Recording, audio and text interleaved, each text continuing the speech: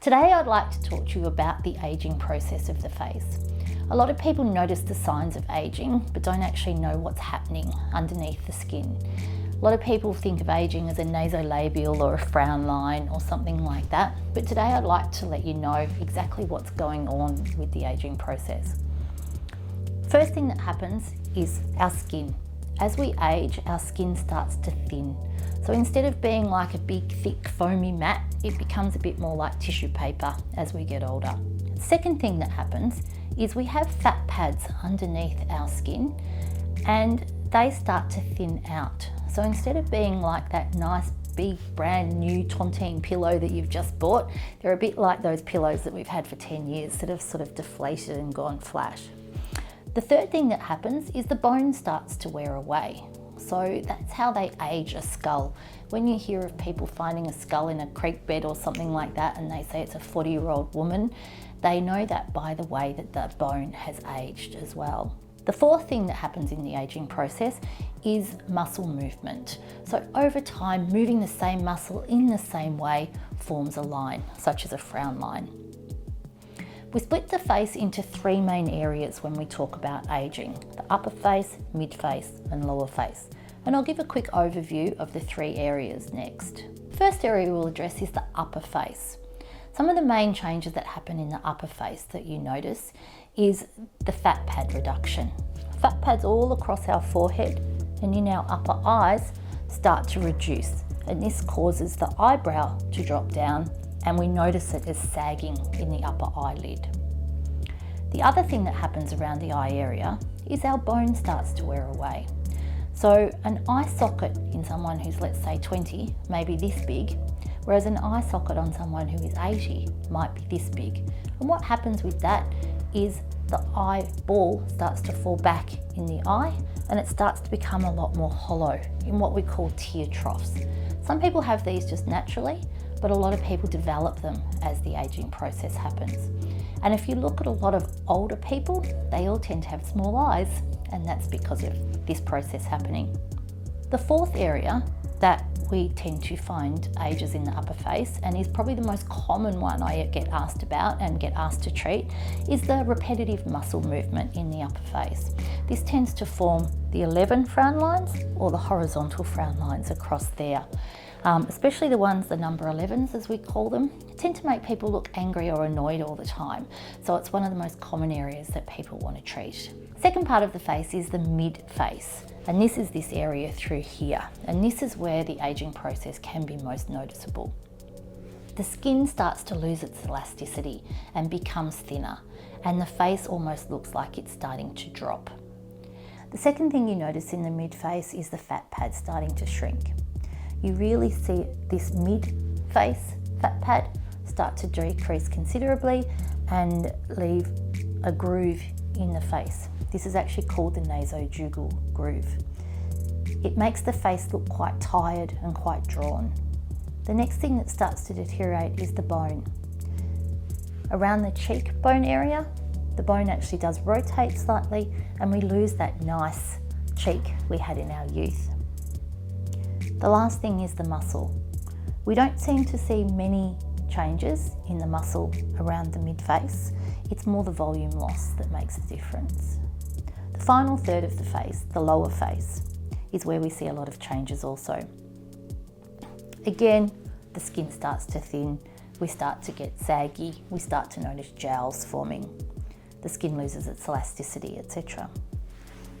The fat pads within the lower face don't shrink too much, but we do lose some fat around the mouth and the lip starts to shrink as well and become smaller as we get older. And what you find is that the distance between your top of your upper lip and your nose gets longer, whereas the distance between your nose and your chin gets shorter as the support around the mouth causes the chin to pull up and the nose to fall down. This is also because of the bony reabsorption around that area as well. So not only are you getting less flesh around the area, you're also getting less support from the bone, which is causing it all to cave in. One of the most noticeable areas in the lower face is due to the muscle. We find that the muscle around the mouth from repetitive movement starts to form what we call smoker's lines. Although I like to call them water bottle lines these days, as it's the same action as smoking, with a lot of people drinking out of pop-top water bottles. It's that action that causes those lines. What we also find is that the chin naturally pulls upwards the muscle, but with the support of the muscle and the bone and everything, it tends to push the chin down. As we age and this muscle starts, or the bone and the tissue starts to wear away, what happens is the chin will start to turn up. And that makes us more square in the lower face as we have jowls and the chin coming up. We say the time you're going to have your best face is at around 25, and that's when you almost have a perfectly oval face. Even if you've got naturally a square face, triangular face, round face, it will be more oval when you're around 25. As we age, the face starts to lose volume through here and bone and everything, and it starts to drop down and we square off through the lower face. So when we're trying to address things for aging in the face, we try and give you back that nice oval shape, which is your most useful shape. So what can we do about all these issues? Well, I'll start from the top and go down. To address the wrinkles caused by the muscle in the upper face, we can use Botox, Dysport, any of the botulinum toxins. We tend to hollow out through here. These are called temporal hollows, and we can use filler in there. As far as the upper eyelids or the dropping of the brow, you can sometimes put some filler in through the forehead, but it doesn't work very well. So we usually recommend surgery for that area if the eyelids are becoming very saggy. Well, now we have a non-surgical option, which is called the plasmage, which actually tightens the skin using plasma energy, but it's only suitable for certain clients. As we go down the face and we start to have hollowed out through the eyes, we can actually use filler in through here to bring back a youthful appearance to the lower eyes. We can't treat wrinkles underneath the lower eye. Again, we'd have to do some sort of laser or something for that. As the skin's thinning, that's where it comes in with our fractionated laser, our skin needling, really good skin care. They're the things that are going to stimulate collagen in your skin and make the skin thicker. If the issue with your skin is age spots or broken capillaries, red spots that tend to appear as we age, then IPL is your best option to remove these. As we move down further, we get to these nasojugal folds. Again, filler. The type of filler we want to use through here is a nice, soft, elastic filler. And people sometimes say, well, what's the difference between all the fillers? Well, the fillers have different properties. Some of them might be stiff, some of them might be flexible, some of them might be lifting, some of them might be thin. So at Jeune, we stock a wide range of different brands of fillers because we feel that they all have different properties that they can use. Once we've addressed the mid-face through here, we can give you back a nice cheekbone. Now again, we're going to use a different filler in here because we want this to be a little bit more stiff and sit nice and sharp to give you back that nice sharp cheekbone. When we're doing filler in this mid-face through here, we want it to be flexible and elastic because when we smile and things, we want the filler to move with the face. As we come down through here, we can fill in any sort of gaps with the nasolabials. We can give back some youthfulness to the lip.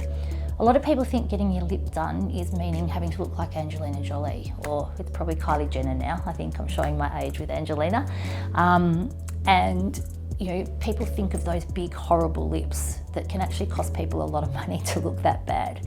But what we can do is just add some volume to the lip to give it back its youthfulness. Just even doing the border to give it back some support to stop it caving in. We can treat the little fine lines across there with a very fine filler.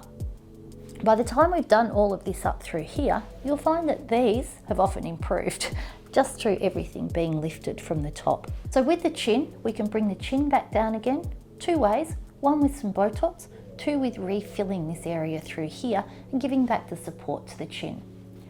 One thing that people often notice on a profile photo is where our jawline has started to disappear.